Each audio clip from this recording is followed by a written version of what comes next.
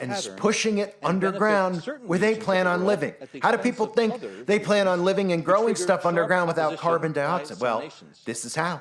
Earth Day is Monday, and this morning we're looking at potential solutions to the climate crisis.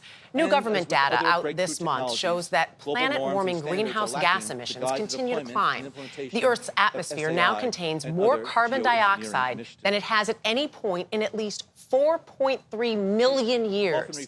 Senior national and environmental correspondent Ben Tracy recently met up with former Microsoft CEO Bill Gates, who's helping fund innovative climate technologies. Ben with us, a rare visit in studio. Good morning, Ben. Good morning, guys. To avoid the worst impacts of climate change, scientists say we need to bring those planet-warming emissions down to zero and do it by the middle of this century. Now, Bill Gates doesn't think that's going to happen by all of us suddenly giving up airplane flights or our cars or becoming vegetarians.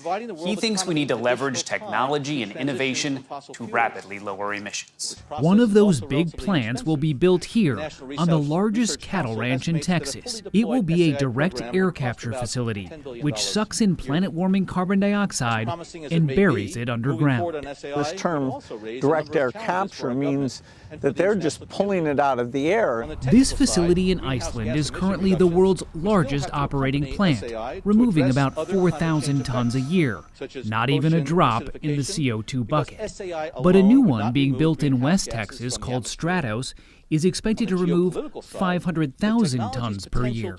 This is really the hub of CO2 enhanced oil recovery. And the one here on the ranch could eventually capture 1 million tons.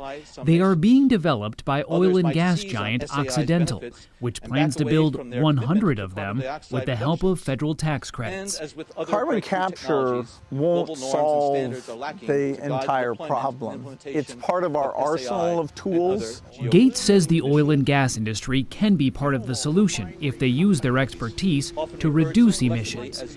He personally pays carbon capture companies $9 million a year to offset his own pollution, a perk of being one of the richest people on the planet. I have a plane, I have a huge carbon footprint. He knows most people can't afford to do that, which is why he believes technology and American innovation is the key to combating the climate crisis.